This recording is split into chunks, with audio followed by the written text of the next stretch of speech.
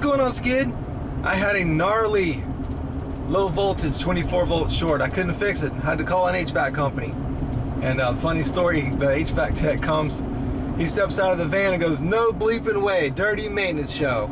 So he'd been watching the show for years. I'm like, dude, help me, man. I've thrown every trick I know at this thing and I can't get it running. It keeps popping my popper. So he's like, okay. So he dives in. He couldn't get it going either. His name was Mike. What's up, Mike? Mike Hahn. He throws every trick he knows at it, and we just couldn't get it going. So the next day, they determined that the short is underground in the chase. So then we call Barano. Shout out to Barano and Son here in Tallahassee, Florida. Joel comes out and puts in a wireless wireless 24 volt wire, dude. Coolest thing I've ever seen. The first time I've ever experienced anything like this. I've heard about it, talking with Ralph Wolf and Zach over the phone, but I've never seen it up close and personal, man. Coolest thing I've ever seen. So I'll quit blabbing and roll the footage. Alright, bro Cephas, we got an AC not coming on today. Thermostat is blank. Let's see if it's the old float switch.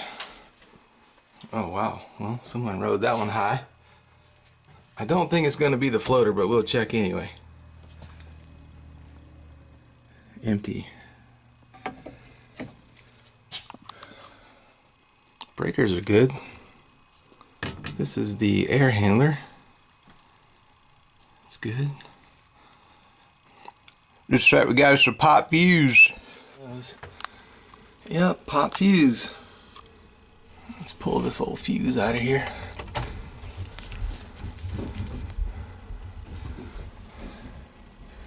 It's a blown. I don't know why there's a 5er in here.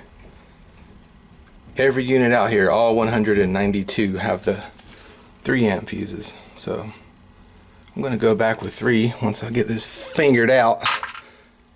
Alright guys, I'm going to throw my short Pro Tool on here. This is just so you're not going through fuse after fuse after fuse while looking for the short. If the light is on, you still got a short. When the light turns off and the unit clicks on, you no longer have a short. Love this tool.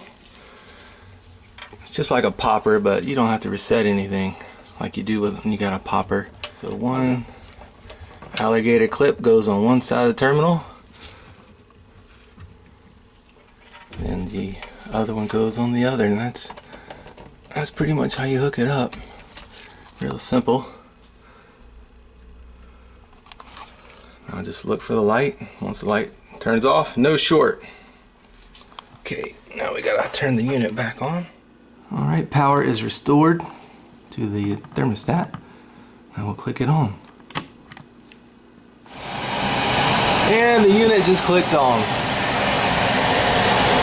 Man, don't tell me we got an intermittent short, man. See, the light's not on, so it's showing that there's no short. I'm gonna go outside and check the contactor anyway, just to be sure. I hate these, man. Gotta keep an eye on it. I'll go probe around with my meter, check the contactor. All right, I just cut the power. Take the cover off. I don't know if you guys can hear that, but the contactor's buzzing. Hopefully that's coming up on camera. That might be a culprit. I'm gonna change that out. It just poops its pants every now and then, you know what I mean? Got a little bug hanging out in here. Alright, I'm gonna throw the old meter on it just to see, but it's buzzing. Alright, I got the voltmeter on it. It's supposed to be around 18 and 19.8. I don't know, man. I'm gonna change it out because it was buzzing. It's probably on the verge of crapping his pants. Alright, bro Montana, I got the new contactor in. I know it's hard to see through the spaghetti, but it's real easy, guys. New guys, just take it wire for wire, stay patient. And this is the bad one. Upon further inspection, once I got it out and can see, this thing is charred. It's got some char on it. I don't know if that's coming up on camera. I'll take it inside and get a better look for you guys. Yeah, you can see where it was arcing right there. And what's really weird is that it ohmed out good. Alright, the condenser's on. Moving some good heat.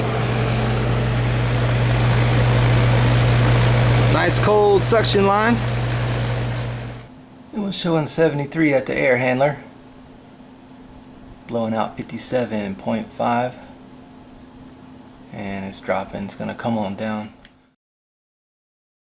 Well, dudes, I came back after lunch to check on the unit, and it is off again.